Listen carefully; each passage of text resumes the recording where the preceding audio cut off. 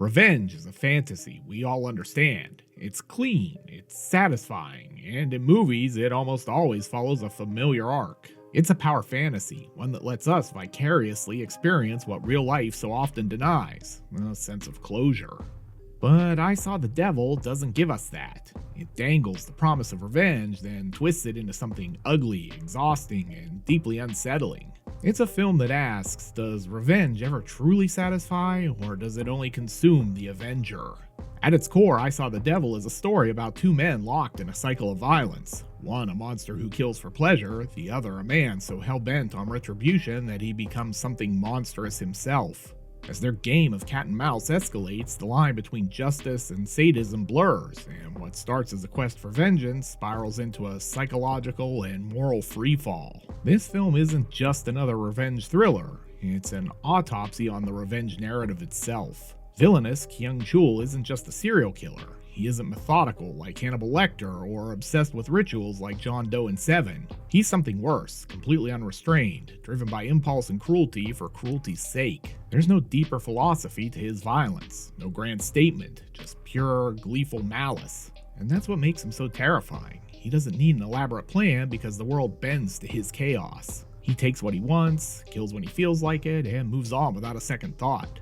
He's not playing a game, he is the game. But what happens when someone tries to play the game against him with his own rules? Soo-hyun starts out as a righteous hunter. He's controlled, meticulous, and his vengeance should be swift, cold, and precise. And yet it isn't. He doesn't want to just stop Kyung-chul, he wants him to suffer. So instead of ending it, he escalates it, dragging out the torment, turning his enemy into prey. With each encounter, he becomes less of a justice seeker and more of a sadist with a personal score to settle. His discipline erodes, his methods shift. He stops looking like a hero and starts resembling something much worse. The film doesn't just suggest that revenge changes Soo-hyun, it makes us watch it happen in real time. His relentlessness, his brutal ambushes, the way he lets Kyung-chul crawl away only to hurt him again, it all starts to feel disturbingly familiar. By the time we realize what's happening, the difference between them is barely visible. Both men treat suffering as a weapon. Both see their enemy as less than human, and both refuse to let the other go, no matter the collateral damage. So at what point does the hero become the villain? Is it when he crosses an ethical line? When he starts to enjoy it? Or is it when we, the audience, begin to feel uneasy about rooting for him? And if Soo-hyun becomes the villain, where does that leave him? If revenge was supposed to bring closure, why does he look more shattered with each passing moment? The truth is, his mission was never about justice, it was about control. Power to decide how much someone suffers, the illusion that pain can be measured and repaid in kind. But the deeper he sinks into it, the less control he actually has. What begins as a calculated pursuit spirals into something obsessive, something he can't turn off even when it's destroying him. And it does destroy him, not in the obvious physical way that revenge movies often show, not through injury or death, but through something worse, an unraveling of self. The Soo-hyun we meet at the beginning is a good man, a man who operates with clear purpose. By the time we reach I Saw the Devil's final act, that control is gone. He isn't making strategic decisions anymore. He's reacting, lashing out, and prolonging the game because he's no longer sure what ending it even means. The people around him, his colleagues, his fiance's grieving family, exist on the periphery, unable to reach him. They mourn, they process, they try to move forward, but Soo-hyun is stuck, caught in the gravitational pull of his own rage. The tragedy of it all is that he could have stopped this at any time. If his goal was to make Kyung-chul pay, there were dozens of moments where he could have ended his life. But that was never really the goal. The goal was to make Kyung-chul feel something, to make him understand the depth of the pain he had caused. And that's the fundamental flaw in Soo-hyun's plan. Kyung-chul can't understand. He feels no remorse, no fear, no regret. Hurting him isn't justice, it's just noise. And then we reach the film's end. Kyung-chul's death should be the climax, the moment of victory. But there's nothing victorious about it. Soo-hyun doesn't kill him in a fit of rage. He doesn't even watch him die. Instead, he sets the stage for the most excruciating death possible. An execution by his own unsuspecting family. It's poetic in its cruelty, a final act of vengeance that turns Kyung-chul into the one begging, the one helpless. But what should feel like triumph plays out as something hollow. Soo-hyun walks away not in satisfaction, but in silence. And then he breaks. The last image of Soo-hyun is a man weeping, completely alone, but the film never tells us exactly why. Does he regret what he's done, or does he regret that it wasn't enough? Is he mourning his fiancée or mourning himself? The ambiguity of his breakdown is part of what makes it so devastating, because whatever he's feeling in that moment, one thing is certain: this isn't relief, this isn't catharsis, and this isn't the ending he wanted. And that is the final brutal revelation of I Saw the Devil. Revenge doesn't heal, it doesn't bring peace. It only carves the wounds deeper, makes them permanent. The very thing Soo-hyun sought out to destroy, cruelty, dehumanization, senseless violence, has now become a part of him. And unlike Kyung-chul, who was always a monster, Soo-hyun had something to lose. Now he has nothing. No justice, no redemption, just an ending.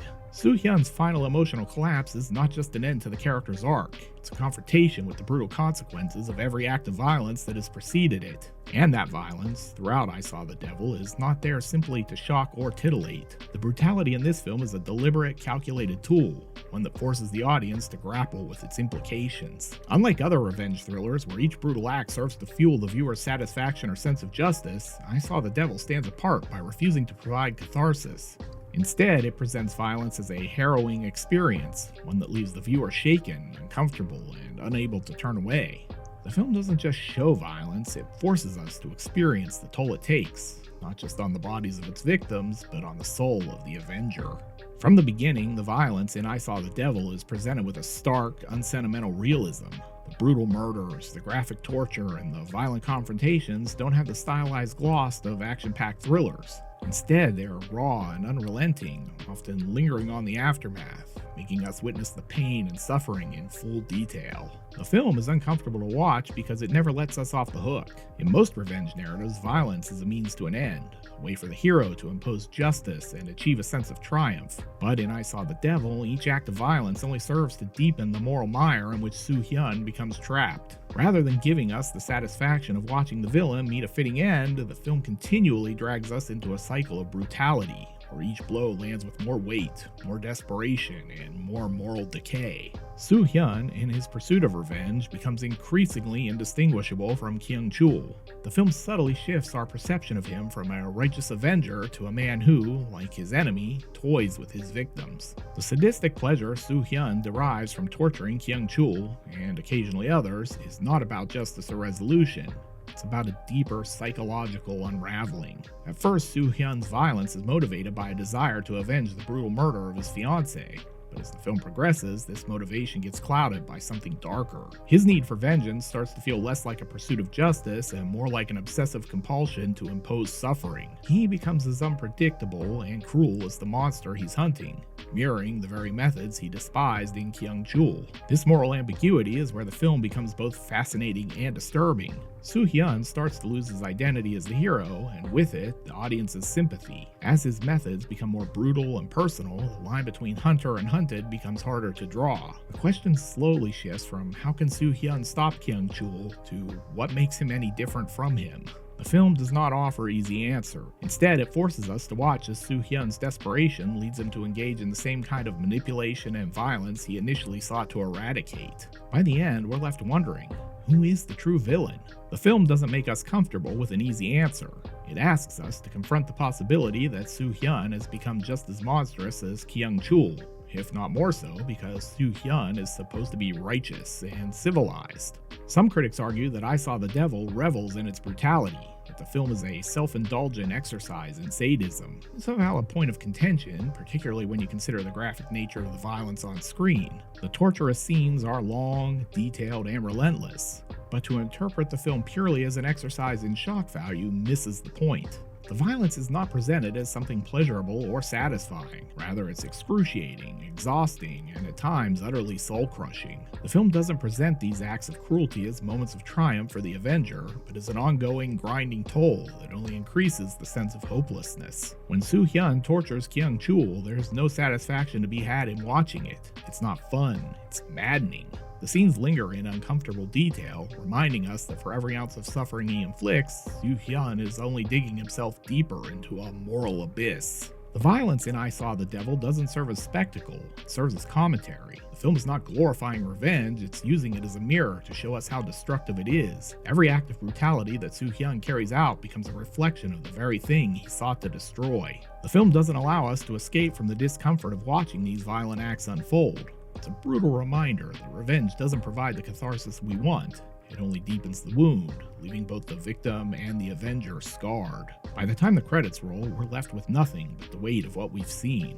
No sense of triumph, no satisfaction, and no peace. I Saw the Devil doesn't want us to leave the theater feeling victorious. It wants us to feel drained, to feel the crushing futility of revenge. It's the film's way of ensuring we understand that for Soo-hyun, for Kyung-chul, and for all of us, there is no way out.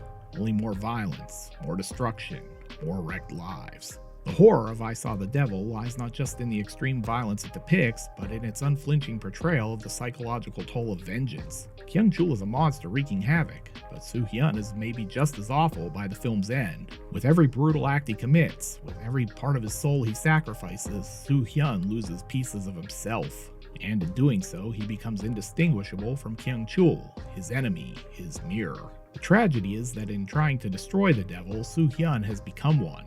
The more he seeks to punish Kyung-chul, the more he punishes himself. His transformation is the film's greatest horror. The revelation that vengeance doesn't restore order or deliver justice. It erases the very thing that made us human in the first place. So, what is the film's ultimate message? By becoming the monster you hunt, you lose yourself completely.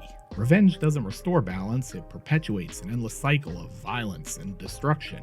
Soo-hyun's quest, however well-intentioned, becomes a prison.